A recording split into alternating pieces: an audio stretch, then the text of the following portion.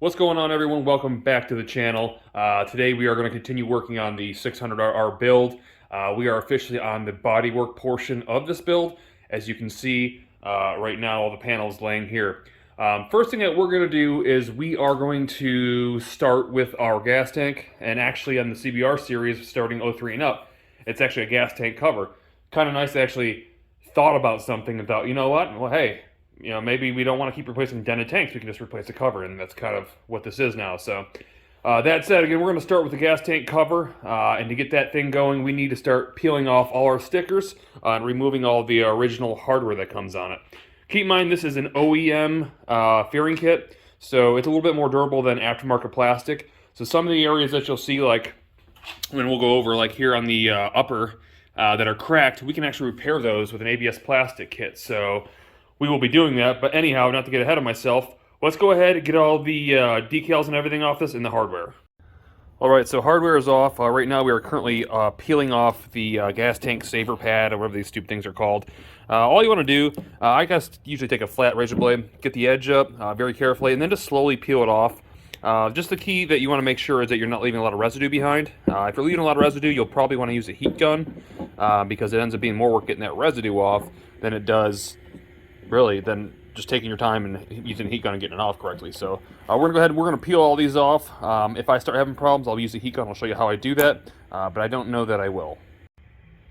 Another quick tip as far as the residue being left behind, if you get a good chunk of it off that has still residue on it, you can actually take that same sticker like this here, and it will lift a lot of the leftover residue that's on there.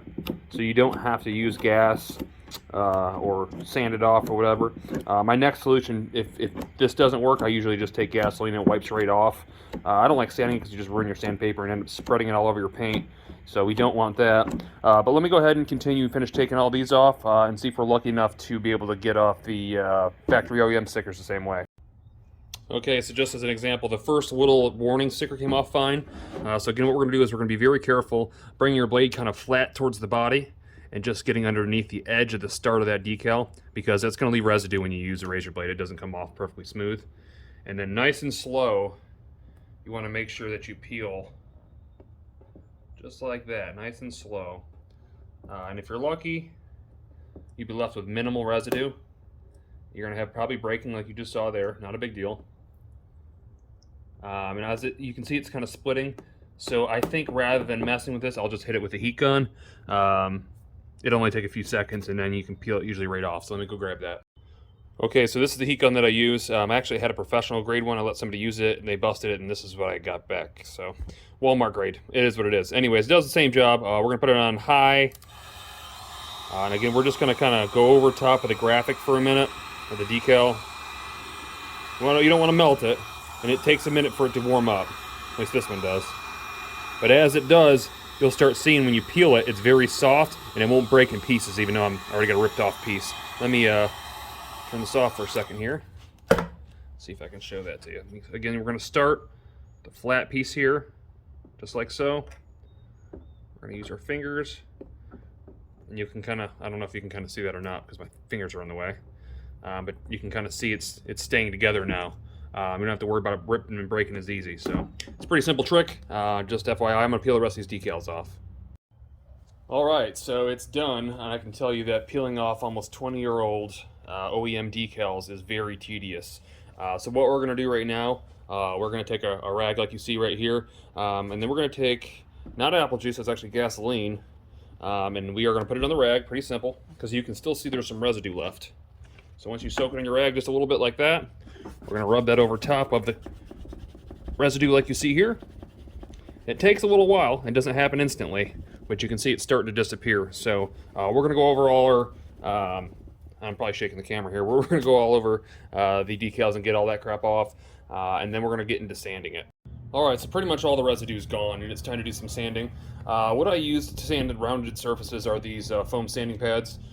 This is really where they shine. Where they don't shine is flat surfaces. You don't want to use one of these on flat surfaces that you maybe are, sanding down Bondo or body fill or something where you're trying to level a surface out.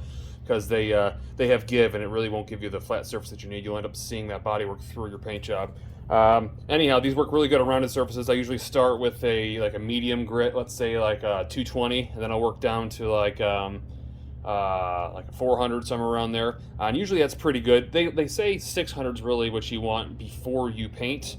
So that's 400 to 600, and these start to wear down. So if you get yourself a 400 grit, it'll be like an 800 grit by the time you're done sanding this thing. So it's about perfect. So I'm gonna go ahead, I'll get the surface sanded down, and I'll show you what that looks like. All right, so this part's sanded down. And I'll be honest, man, I don't know what kind of paint that Honda uses, but it is tough. Even with a heavy grade grit, it just is like, it was arms struggling to get that thing basically sanded down. Now what we're gonna do, we're gonna take some glazing and spot putty. There's a few small scratches in it that even with heavy duty, whatever, I couldn't get down to it. A couple little nicks, you probably can't even really see them.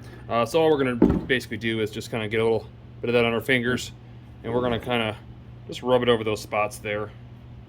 Then we'll go back through and give it a light sand after it dries. And what this does is, again, this just fills in those small cracks. Sometimes that works with primer itself.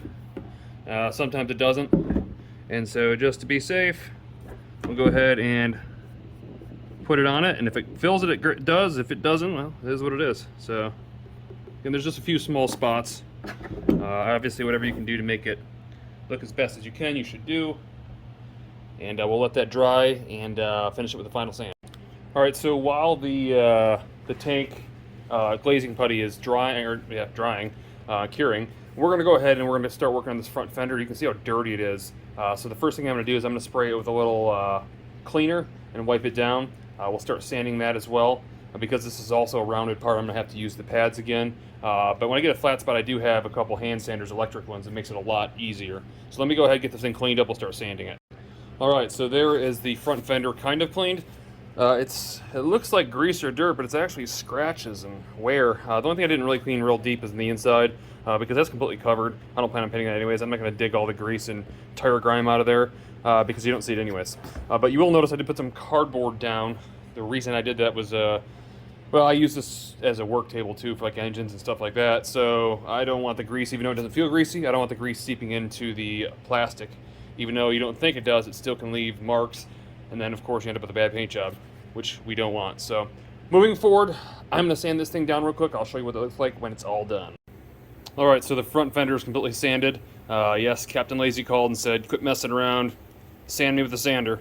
So I did. I mean, you can do rounded surfaces with the sander. I use this sander. It's iron shaped. I think it's called a spade sander is the technical term for it. But just a Black & Decker cheapo. It works really well. It gets in all the nooks and crannies. The only thing you gotta be careful of going over rounded spots, you kind of see edges where it went through the paint right to the plastic. And that's okay because we're priming everything, so it's not really hurting anything. But it just is a lot faster. I mean, it took me like 5 minutes to do this. We're by hand because this paint for some reason is so hard. It probably would have took me 25 minutes. So. What are we going to do next? I think we're going to move on to the tail section now, and then we'll go back to that tank and finish off the glazing putty. All right, so here we are with the tail. Moving forward, we know that the first thing we're going to do is get our hardware out. So we got a couple things of hardware to get in or to get out. Then we have these vents. You can see there's 2 screws on each one that take out, and we have to take out the tail light. I'm going to take those out. Then we'll work on getting out the graphics. All right, so hardware is off. Once again, more hot glue or silicone or something. Gosh, this guy. I feel like every time I get a panel off, it's like, gotcha, bitch. Anyways, let's flip this thing over. I'll dig that off here in a second. I'm gonna work on getting these stickers off. You've already seen how to do that, so I won't keep you for that. I'll get those off and I'll show you what that looks like. All right, so the stickers are off. I'm gonna show you guys a little tip on another way to get the residue off. The same way, I debated on telling you guys this because I know you could really end up screwing things up, especially on a rounded panel. But I'll get it soft like this by spreading the gasoline on it because it's been such a pain to get off. I'll take a razor blade straight up and down, just like this. You gotta be exactly square to it because if you're not, you'll end up cutting holes in it. But every like few seconds, you'll have to add more gas on it to soften it again. But for those of you that are probably having a tough time maybe getting that off just with a rag and gas, this is a good way to do it if you're really careful, because again, you could really dig into it. Again, keeping it completely square to it, not angled, not going this way, but going on a flat surface. The flatter surface, the better, back and forth. So, little tip. All right, so now that all the sticker's been removed and cleaned, I'm gonna go ahead and sand this thing down so we can move forward. Okay, so the tail section's all done and sanded, as you can see. We're gonna go ahead and set that aside, and we're gonna grab our tank, and we're gonna lightly hand sand all this stuff off right here that we put on to make sure that it's nice and smooth, those scratches are filled in, and then we'll move forward from there. So there's a quick shot exactly what this thing looks like. You hardly see nothing, but it's enough to fill in those gouges or cracks or whatever, scratches. Now what we're gonna do is we're gonna work on that. So I'm not gonna make you guys watch all this. This doesn't really need any major attention. I can tell there's probably some scrapes underneath this ghetto-fied carbon fiber wrap. Not a big deal, but we're gonna get all the plastic, all the stickers and decals off it. We're gonna get this thing clean because you can see it's nasty. And then I'm gonna sand all this down. I'll have it ready because you've seen everything else. There's no need for you to watch all this. So there's our mid fairings all done. Had a little bit of work to do on this one here, as you can kind of see down here. And there was some grooves down in here from me. It looks like it was probably laid down pretty lightly, but I started thinking about it. I looked at these holes and I'm like, wait a minute. I guess I'm not going to get rid of these stupid frame sliders because it's been drilled for it to stay, so whatever. Let's go ahead and move forward. I think I'm going to start with the upper because the lower, it's just dirty, so let's start with the upper. Alright, so starting with the upper, I went ahead and pulled out all the windscreen screws and stuff there. I'm going to pull out the bolts around the headlight assembly, get that out. And then I'm going to take out these lower pieces here with more of that ghetto glue that they had held in there. This one's going to have a little bit more work shown to it. You can see someone did some work on it, not very good, but it definitely needs some work. So there'll be sanding, there'll be some plastic melting. I'll show you how we do that. So let me go ahead and get this light out and we'll start moving forward on the body part. Alright guys, so I got the upper gutted. Yeah, there's that. Got it cleaned off one of them and it comes off okay, I guess, so that's okay there. But we are going to have a problem with something. And that something is the previous repairs that were made with JB Weld. See, typically with this ABS upper, what I would do is sand it down, melt it, put mesh behind it, and I'll kind of still go through that with you. The problem is you can't do that with JB Weld, so I got to basically take an angle grinder and grind off all this JB Weld to be able to get underneath it to actually service the plastic itself. So what I'm going to do right now is I'm going to take a 4-inch angle grinder at a basically level surface as this and just going to go back and forth like this and grind that off until it's down to the plastic on both sides. I don't know if yeah, probably inside and out I'll have to, so I'm going to have to do that just to get the plastic exposed, and I'll show you how we fix the plastic. Alright guys, so you'll see that we grinded everything down around the cracks all the way down to the plastic using a 4-inch angle grinder.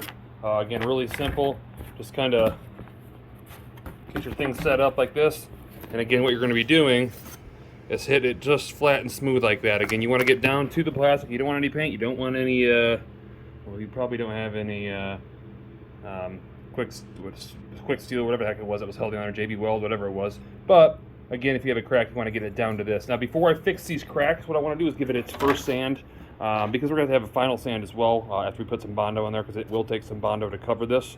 But let's go ahead and get this first sand done real quick, and then we'll move on.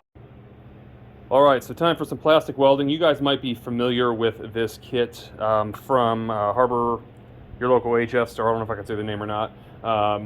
Anyways, we use it on the R6 build, and so what I'm going to do is I'm going to take the iron that you see right there, and I'm going to melt the initial plastic, and then it's going to get mesh stuck into it, push down on it, and melt it farther down, and then we'll put some plastic like this here over top of it, melted in. So I'll see if I can get that with the camera here. There's not much room on this tiny little bench, but I will try. Alright, again to start, you want to get it on the flattest surface that you can, make sure it's as flat across as it can be. Then we're going to take our iron like this, and this usually goes fairly quick. But we just kind of rub it back and forth just like so. And we're going to want to make sure that we cover the entire area, so all the area where the crack is. So it's all up and down through here. The better you get it, the better results you'll have. And less body work on the outside that you have to do. So just like that there. We'll set this aside. We'll give it a second to dry and harden. And then the next step again is going to be taking the mesh like this, and we just kind of hold it down until it kind of sinks into the plastic, just like so. It's really not hard, and like I said, you know, if you got a fairing, fairings are cheaper than they used to be, But if you got a fairing, especially a one-off fairing, or it's a hard-to-find replacement fairing, this definitely could save you a lot of money and a lot of headache.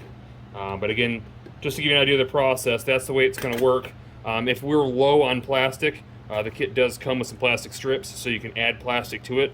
So that actually does work pretty well. But we're going to do this only on the inside. On the outside, we'll have to smooth it with the iron as well, and then we'll hit the body work. Alright, so just as a visual, guys, it's nice and tight on the inside, but if you look from the outside, you still got a little bit of flex in that crack, if you can see that. That's why it's still important that even though it's pretty smooth out here and you'd like to just be able to sand that down, and it's hot right now, you can't. You really need to melt it from the outside as well, because you need to get the outside repaired as well. So I'm going to go ahead, I'm going to melt this outside. I'll finish up all the little cracks that are on this thing, and then we're going to go ahead and put a little Bondo on it.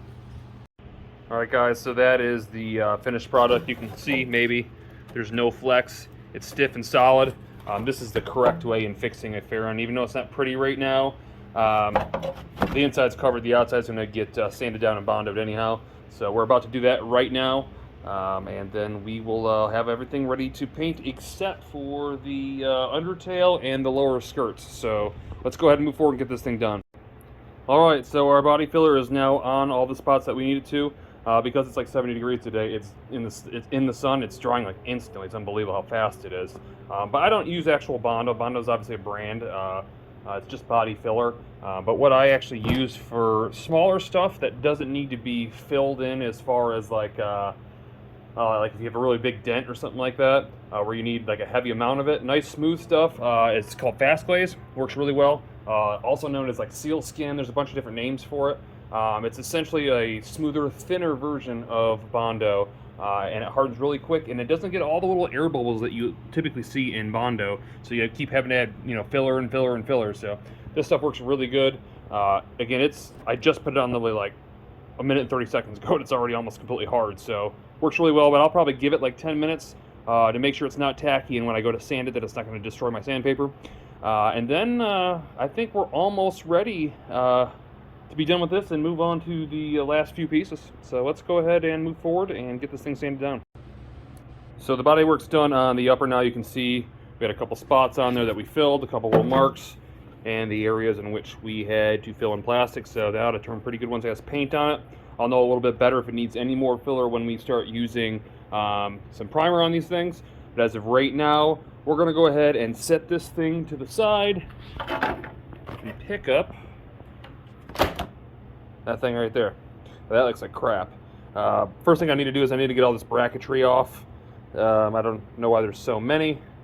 Maybe the bike was weighted down when it was ridden and it was close to the back tire down here. I don't know why there's multiple brackets, but nonetheless, we're going to pull out this crap wiring, get this off. We're going to plastic weld this right here if we can. I don't know if this is fiberglass or ABS. I'm not sure because it's aftermarket, but I'm going to try to repair it. If not, I'll have to use fiberglass instead. But hopefully it is. We're going to try that right now. Let's see how she looks. Alright, down to the basics. I've seen Frankenstein zip ties before, but I've never seen it done with cloth. That's a first for me. Anyways, we're going to go ahead and sand all this down, see if I can clean this up, and then I will try to see if I can, I guess, melt that. Alright, so there it is. Kind of funny. It looks like a rustic mosaic type painting. Very cringy and grungy looking. Anyhow, let's flip this thing over. We need to get that right there. The iron is currently heating up. I don't know, again, if this is going to work. Once it's heated up, though, I'll let you see it, and we'll know if it worked or it didn't. Alright, so good news. I actually didn't have to use the mesh screen. It actually fused itself together by simply taking the edge of the tip and going around both sides of it, down like so, kind of fuse it together, so it's actually really strong. So what I'm going to do now is I'm going to go ahead and sand this down a little bit, and I'm going to throw some body filler over top of this. Obviously, we've got to cover those holes. I could do it with plastic filler, but I think body filler just makes more sense, so I'm going to go that route. Alright guys, so there is the undertail at its final point. It's basically crack resistant at the point it's at right now. Probably all the better that this thing's going to get. It'll look a lot nicer once we pressure wash it. I did notice the hole's kind of oblong or whatever, but even if I made that bigger, it's going to look even weirder, I think. So I'm not going to mess with it at this point. But let's go ahead and move forward to our lower belly pan. Alright, so the next step is our lowers. Now, I just took off the stickers off them. They're going to get sanded down right now, wiped down and prepped. And then from there on out, we're going to start moving to primers and getting these things ready for paint. Alright, so moving on to primer, we're going to start roughly the same order as what we did before as far as doing the bodywork. So we'll start with the tank cover. You could use pretty much any primer you want. I don't typically spray with actually gallon-based or large-based primers, unless it's like a big project like a car or something. If it's something small like a motorcycle, it's just easier and get all the nooks and crannies using smaller cans like this. There's tons of different kinds you can use. I use any pretty much basic primer filler. You can end up with a primer sealer. I don't know if it's necessary, and I don't really know the difference. To be honest with you, I've never had really any problems just using a certain kind. Here's an example of one. And this one, well, it's strange, it says interior, exterior, and it's automotive. I don't know why it says that. But we're going to go ahead and we'll start spraying all the harder to get areas, like the bottom edges, the inside edge, stuff like that. And then we'll work our way to the actual main part itself. All right, so before we start spraying, one of the things I do is my typical fan with the air filter. It catches probably 99% of the paint. I don't do all the crazy stuff as far as blocking everything off, and the reason I don't when I'm priming is I'm not using high volume like you would if you're spraying with the air compressor. So it's not really necessary, and that thing catches probably 99% of the little bit of spray that's coming out of this tip. That's overspray. Keep in mind, you want to wipe everything off first and then use an air compressor to blow any kind of dust or debris off it. Even more important when you start laying the actual paint. Primer, not a big deal because you do a light sand on it. You can't do that on your paint, so, or at least you don't want to.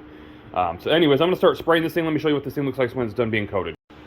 Alright, so it's obviously not done, but an important note to show you guys, as far as coating, you can kind of still see it looks like a camouflage. This is just a first coat, and you're going to do really light coats. And the reason for this is, you know, being that we just sanded this thing down, a lot of times after you sand that base paint or the old paint, let's say the urethane that's on top coat, you could be opening up the old vapors from basically going down underneath the surface when you're sanding it down. And that may react bad with the primer sometimes. And so if you do real light coats like this, first of all, not only if there is a problem, you see it immediately. You'll see like fish eyes or spots. It's a lot easier to fix. So far, we don't have any of those spots. It looks good. But that's one simple coat. We'll probably do 3 coats on this thing. Just 3 light coats just like you see here, and it'll be perfectly primed and ready for paint. So let's go ahead and get some more coats on. Alright guys, so there's the final coat on the tank cover. You can see right now it's kind of got a texture to it. That's only because of the fine mist that we were doing. That'll actually flatten itself down as the paint dries.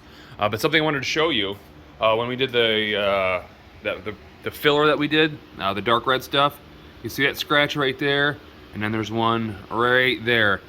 Now's the time where you can really see if that actually worked or not. And the good thing about it is, excuse me, the primer is the coating that you want to be able to fix those mistakes if you're really worried about them.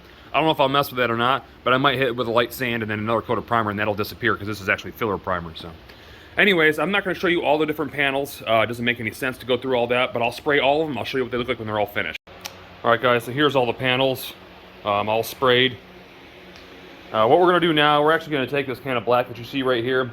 I'm actually going to be spraying insides of the tail right there, inside the wings of the front upper, and then there's another spot for you. Oh, inside the parts of the inside the mid fairings. And the reason why is when we spray this thing, we're going to spray it, and the base, which is black, may not completely get into those areas. So at least this will ensure that those areas are blackened. Now, as far as color, I didn't have a lot of people that commented on what color they wanted this time. I guess they're just leaving it up to me. I did have the one comment with the guy that said you should decal it as Chiquita Banana, which honestly, if it was me riding the bike, I would definitely do that. It's hilarious. But the fact is, this bike's probably going to go to auction. So that said, if it's going to auction, I got to make sure that the next buyer is going to want to buy it and ride it, and he may not be as cool as us. So anyhow, let's go ahead. Let's move forward. Let's get some of that black on the insides. All right, so here's the inside panels that we sprayed black. You can see the tail there, the front upper there. We have our 2 mid panels right here.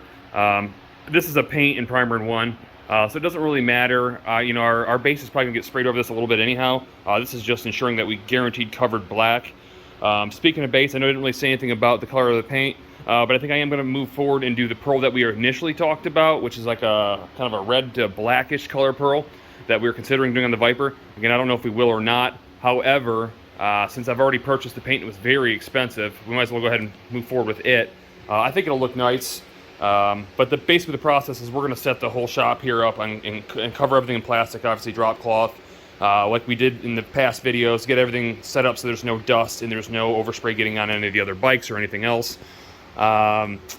and then we'll get everything set up to spray. So give me a minute, we'll get that all set up. Also, you guys won't notice the difference, but it's probably going to be tomorrow because I like to let the enamel-based primer sit for a day. That way I'm not really concerned as far as curing and having an effect over with the urethane base that goes over top of it. So let's go ahead and move forward. All right, guys, so it's time to shoot the base. We have the setup all ready to paint. Again, what I do, I keep it really simple. I just basically take a 10 by 20 drop cloth, hang it on the side. Obviously, I want to cover motorcycles. I don't want any debris coming from the part shelf. And then I lay it on the floor because I have an expensive floor that I put down that I do not want to ruin. So you just kind of protect what you can. That also protects the parts too. If you have dust or dirt on your ground, you don't want that obviously in your paint. If you guys don't have or don't want to spend the $5 a piece on each drop cloth, you could, one little trick for the floors, you can simply rinse it out with a hose and leave it wet. That means no dust can pull up because everything's soaked and stuck to the floor. So there's that, but we're getting ready to spray the base. First things first, you gotta make sure you have safety equipment, make sure you have a good ventilator and some gloves so you can protect your hands. Obviously the stuff getting on your hands is not good for you, and it's very hard to get off, and even worse so in your lungs. So first things first, what you do is you pull out your air hose. You want to get it stretched to the farthest corner so you can make sure you get to every panel, whether it be hung up or if it's sitting down on one of these buckets. Next thing, I went ahead and just bought an extra large box from Lowe's. It stretches across and I tape it to the door. Hopefully I won't have a problem because it is super windy today. And then I take a box fan with a filter, as you can see right there, and that really it grabs about 99% of any overspray that's being pumped out of the garage. So it works really, really well if you guys have a cheap or a need for a cheap setup to paint. So this is a good setup here. I'm gonna go ahead and get the gun ready. We're gonna get ready to spray. I'll show you kind of how I set the gun up. This is gonna be different for every person and every single gun. So depending on how you want it done, it's up to you. But I highly suggest before you go spraying anything that's important to you, spray your drop cloth or spray a piece of cardboard or whatever you're working with, even your temporary cardboard, or just spray it. See how it lays out on that panel there. Before you go and spray your product, because you don't want your product to be getting on your panels and it be too thick or orange peel and everything else. So let me go ahead and get everything set up and I will show you what I do to get it spraying. Alright guys, so prepping the paint. You can see I got my gun set up here. The paint's already mixed. I use Sherwin-Williams Dimension paint, which has been good for me. They're more expensive lines I've not had good luck with. Dimensions actually just works really well for me. I even use a Rust-Oleum reducer and that works really well too. It's 2 to 1, so 2 parts of the paint to 1 part of the reducer.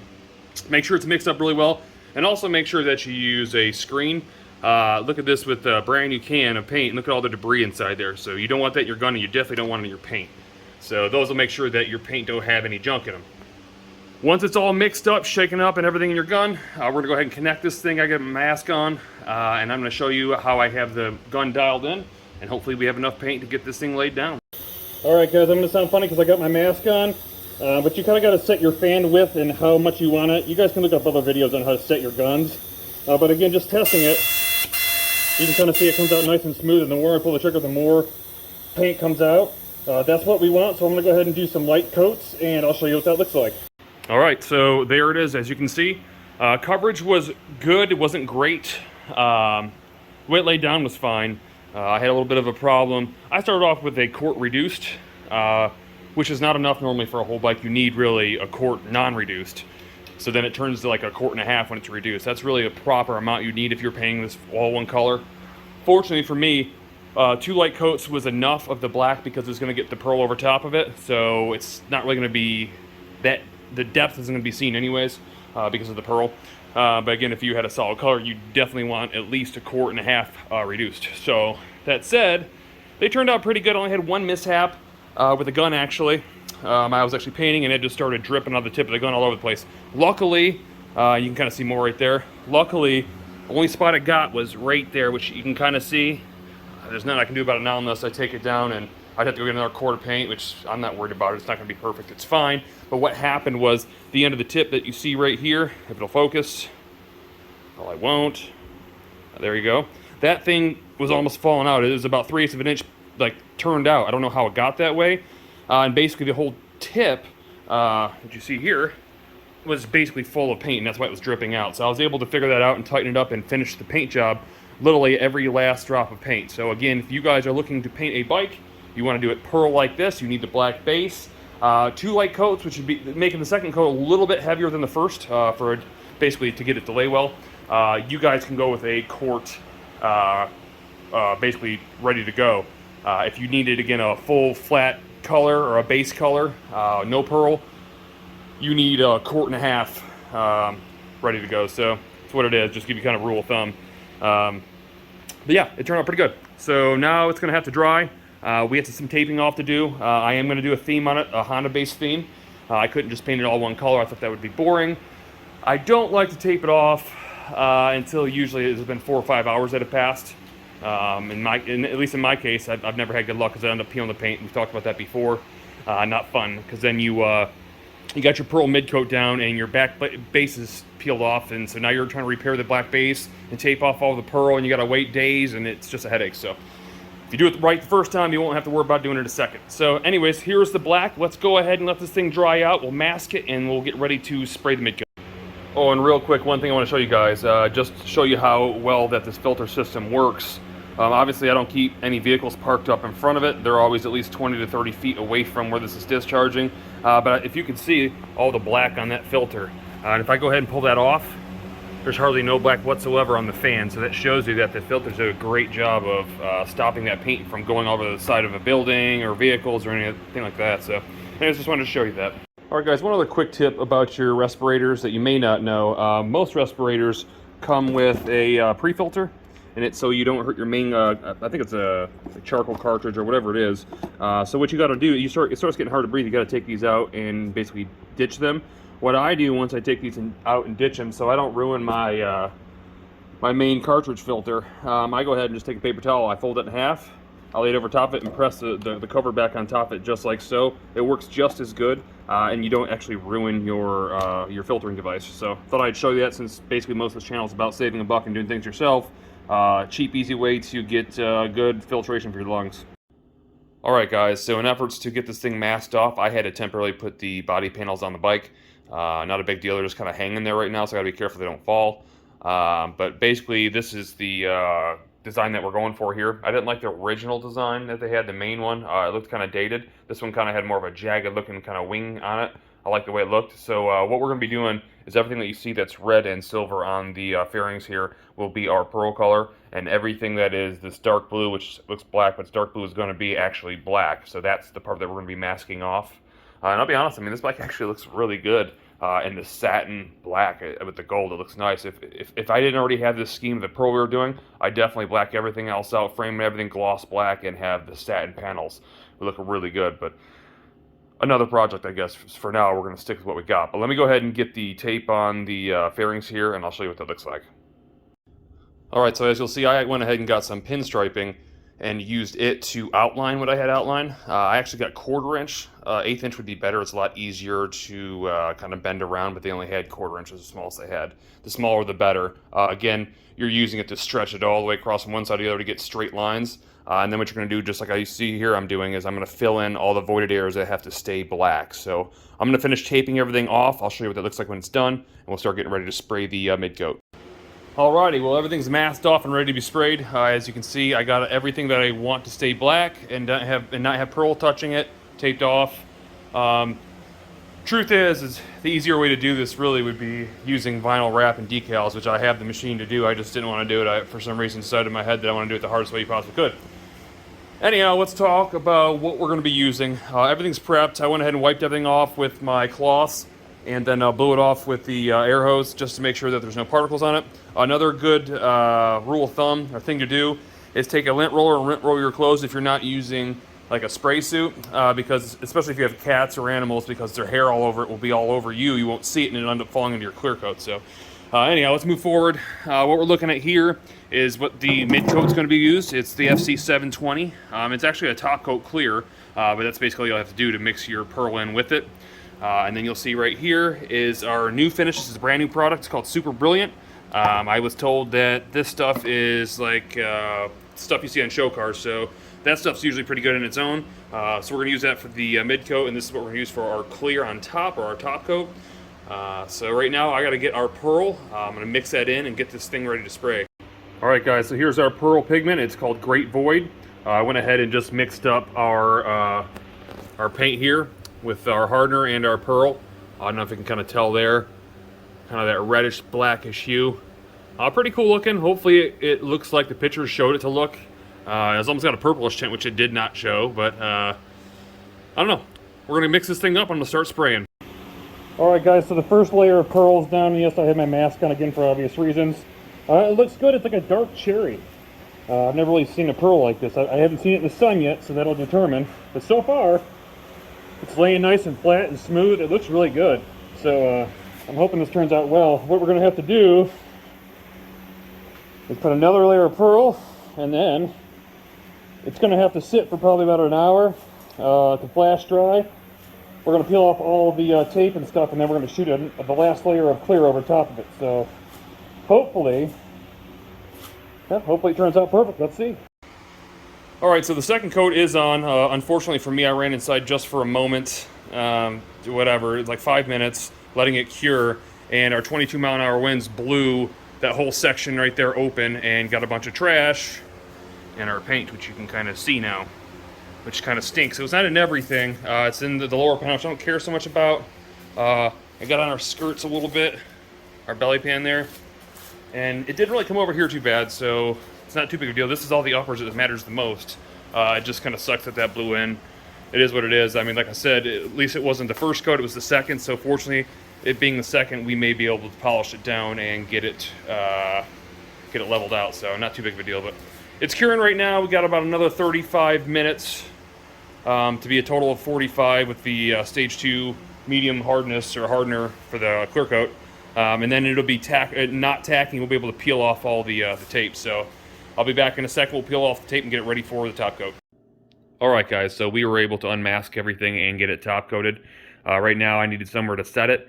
We had them sitting for about 25 minutes until the paint got dust-free or tack-free, they call it. And now I'm able to actually sit it somewhere, get it out of the way. We went ahead and pulled up all that stuff on the floor. But I just wanted to give you a shot from this angle, kind of what that pearl looks like. You can see it's kind of a almost like a purple to gold. It's a lot like our R6 color, but it's different. It's funny because so many of these pearls are so similar. In the pictures, they look 100% different, but that's okay. Again, I don't know that I would use this on the Viper. It's not necessarily the color I thought it was, but it is a cool color when you look at it from the other angle, which we will here when the sun comes out. Probably in the next upcoming video, you'll see how it shifts to like a dark black metallic. It's actually pretty neat looking. But anyways, just wanted to show you what it looked like and what it came out to be when we were done clear coating it. This is going to have to sit for roughly, well, at least sometime tomorrow. You really don't want to handle it much, even though it's kind of tack-free. It will get fingerprinted or dig or gouge if you touch it too much. So it really needs a good 24 hours to be sitting before it's ready. So let's go ahead and move forward, and we'll talk about basically overall cost and what the outcome was. All right, guys, so here's all the panels finished. Let's talk about cost and was this effective if you wanted to paint your motorcycle. I know a lot of people that are watching this video right now have been considering painting their bike and don't know if it's feasible, if they're able to do it. So hopefully this video gave you a little insight on how to do that. But as far as cost, this total cost all in with the paint prices being high right now, like everything else, is about $275. But if you was to go to any body shop and say, hey, I want this custom paint job done that's pearl, it changes colors, and it's got like the ghost wings, which is almost impossible to see right now, but you can kind of get an idea right there on that mid fairing. That'd probably cost you anywhere from $1,500 to $2,000. So you can kind of see why people buy some of those eBay fairings that are already pre-painted, because they're so cheap. For $500, you can't go wrong. The downside to a lot of those is they're really cheap, thin ABS plastic that breaks really easy. Where there are some better ones, like we had on the R1 build, I thought it was OEM, real thick and good, but you also pay $800 to $900 for them. So there was kind of a in between there. But I think overall it turned out pretty good for $275. That said, I think I'm going to cut the video here because we still have to completely put this bike back together and do a few other things to it, which will make our finale build video. And then I think I'll probably go over overall cost of the bike itself and was it worth it. So if you guys found this information helpful, definitely throw that thumbs up. And if you haven't already, definitely subscribe. And if you want a notification right when that video pops up for the final finale, go ahead and click that bell notification you see just down below the subscribe button. I'll talk to you on the next one.